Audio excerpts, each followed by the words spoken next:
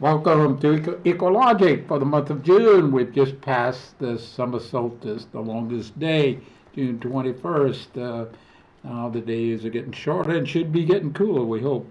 Not today, it must have hit 100 today. I'm real pleased to have with us the search team and the folks who are helping to find Mickey Shunick. Charlie's sister, Eric Ebner, and Caleb Milliken.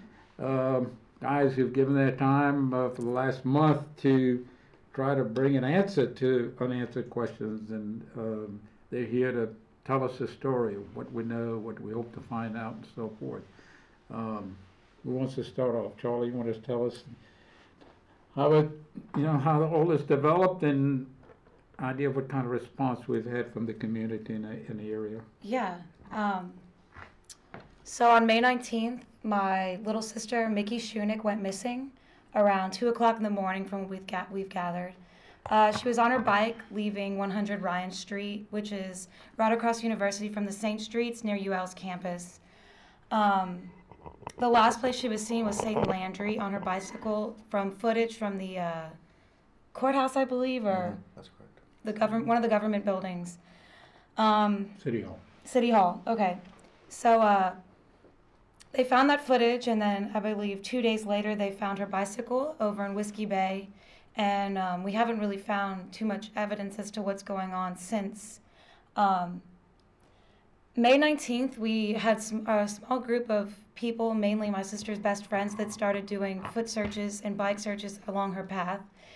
And we started putting on Facebook that the next day we were going to do some more organized searches, getting people, gathered to put out flyers and look for her. Show up on the 20th, and there was about 100 people there. And ever since then, the role of the community in this has made it so that my sister's case has gone national and then global. We have people from all over the state, different law enforcement agencies that have been playing a role, people from around the nation, and especially around Louisiana and Lafayette Parish, who have been coming every single day, putting up flyers, going on the foot searches when we were having them, people who are giving 24/7 to this cause. So I guess my family really wants to thank the community, the state, the nation, the globe, especially those law enforcement agencies and the search and rescue coordinators, Texas EquiSearch, everyone that's been involved. They've pretty much done everything possible that we can do as civilians at this point, and I know that the law enforcement is still working around the clock on this case, so we're still really hopeful and positive. Kayla, kind of tell us about your group and their all effort. They were here in mass and force in the first 2 weeks and with all kinds of equipment and so forth. Share with us some of your thoughts representing your group. We've had groups come in, such as Texas EquiSearch came in from Houston, Texas, and it were a big help as far as organization-wise in the searches. And also we've never been in a situation like this before, so they've really come in and helped us organize and show us what we could do better. They're not here right now. They've gone back, but at any time they can come back and help us out. We are working right now and possibly starting back up our foot searches on a smaller, more concentrated scale on anything that we feel is a high interest area. We're working with the PD on that. As far as that's concerned, we're still hopeful that we're going to find Mickey and she's going to be fine. And anything else, Eric, you might want to add to that? We're encouraging people to come by the new headquarters and pick up more flyers. It's been a month since it started, so a lot of the flyers have it's rained, the weather's been bad.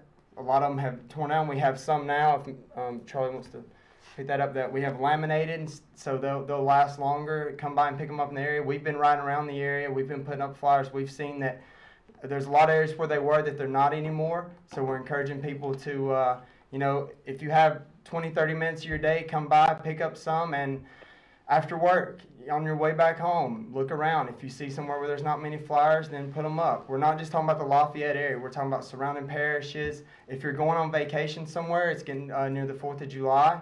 A lot of people are going out of town, out of state. Some people may be even going out of country. Take flyers with you. Put them up.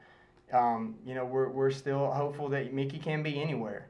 And so we're encouraging anyone to, especially on vacation, put up flyers.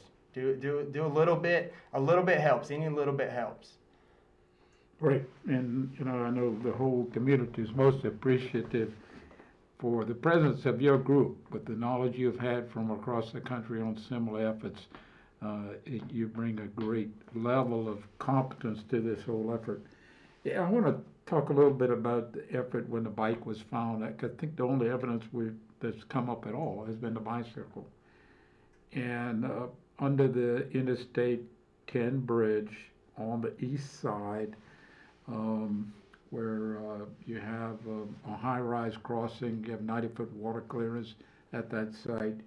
You have two piers in the water, one immediately adjacent to the east side, only about 50 feet from the bank. And it's an area where things have been found before. And I myself, 2 days after Mickey turned up missing, was on my way to Baton Rouge, so I stopped and thoroughly searched the area, didn't find a thing. And I think it was 3 or 4 days later that the bike showed up. Do we have a call? Let's see if we can take it. You on the air? Can we help you? Yes, you're on the air. They hung up. Oh, it's okay. So anyway, the bike in the Chaffly River, the main channel, turned the search to that water, and I really have to praise the St. Martin, Iberia, St. Mary's Sheriff's Department, because we called them and asked them, one, to initiate a water search, and two, to search every camp that was from Interstate 10 all the way down to Morgan City and Patterson. And all those sheriff's departments completely cooperated. Every camp in the region was walked up to, checked and inspected, as they do normally. They do this about once a month anyway, to make sure these camps aren't vandalized or broken in. So we just moved the search forward, and so those sheriff's departments were very helpful, especially St. Mary's Sheriff's Department, who not only did that, but sent an information note to the U.S. Coast Guard station in Morgan City. They put out a notice to mariners.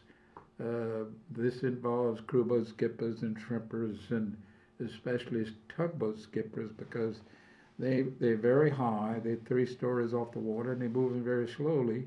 And so they have an opportunity to see a lot of things that a speeding 40-mile-an-hour boat may not notice. So excellent cooperation of all those departments. And so volunteers also initiated a search over the water, all the downstream region from where the bike was found, really all the way to the bays.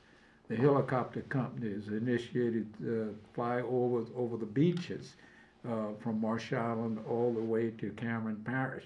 And we just have to thank them for that effort, because that was a special effort, where they, on the return trips, they would take, each pilot would take a section to fly over carefully and look over those beaches. So all fruitless, and you know, in a way that's very good that those efforts were fruitless, because that still leaves the possibility that she's quite alive, and that's what we all hope for. So want to praise those sheriff's departments for doing an outstanding job in this effort.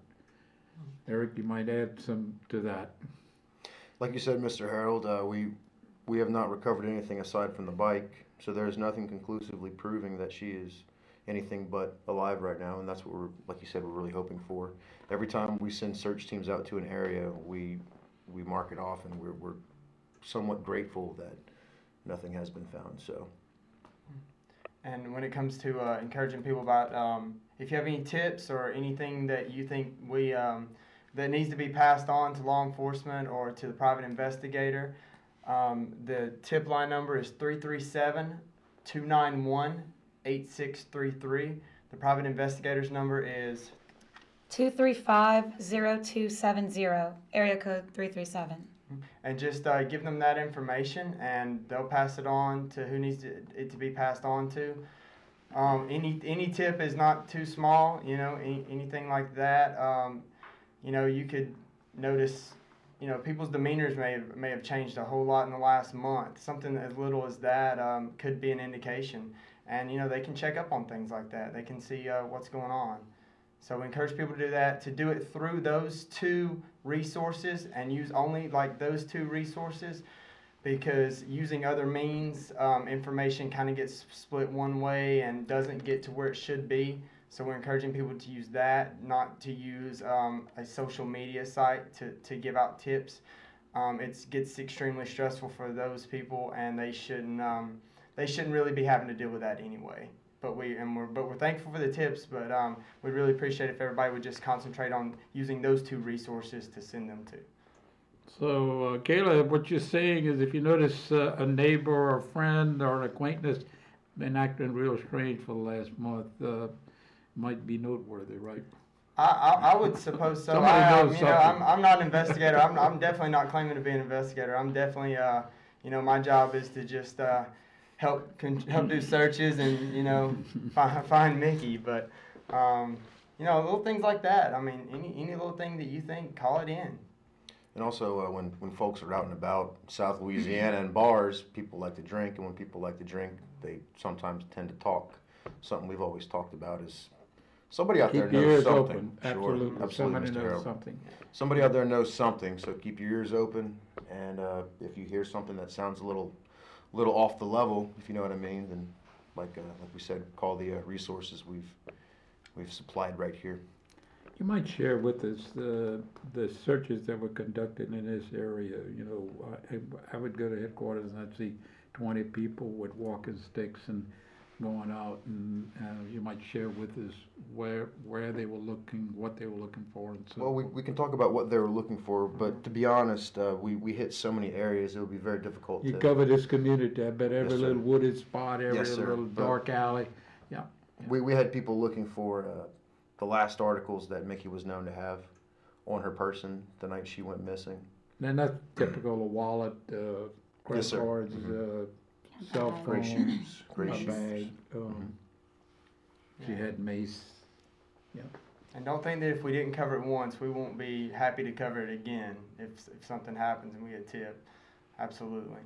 And I noticed that time you had the dogs, and did you ever actually put the dogs to use? Well, sir, I mean that was a law enforcement thing. And Okay, all right. Yeah. we filter information to law enforcement, but we're not really getting filtered information back for Right, investigative okay. purposes. Which is how it should be. how it should be. Yeah, it's perfectly fine with us. We've had Yeah, and these guys coming from a different angle. They're saying if there's you know almost definitely some crime at the minimum kidnapping, and so you know they got to be able to prove something. They can't deface evidence. You know they can't compromise evidence. So they got to be real cautious in Yes, sir. how they approach this thing. absolutely.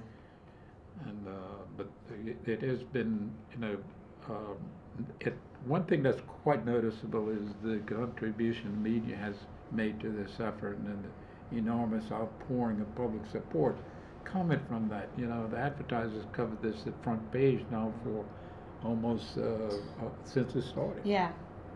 And I mean, the media stations constantly are texting us and calling us and emailing us, asking us for more pictures, anything that we want to talk about that they can do a story for.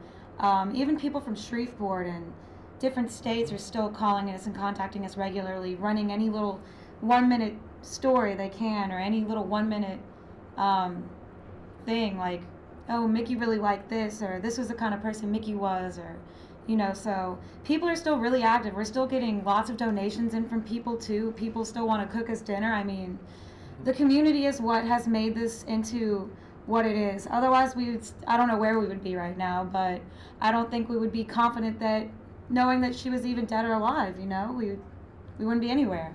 So And it's amazing. The newspaper did a real good job in interviewing Elizabeth Smart. Yeah. You might share with us her story. Yeah, From what I gathered, Elizabeth Smart was abducted from her house in Utah when she was 14 years old by some people who had worked for her family. She was with them for 9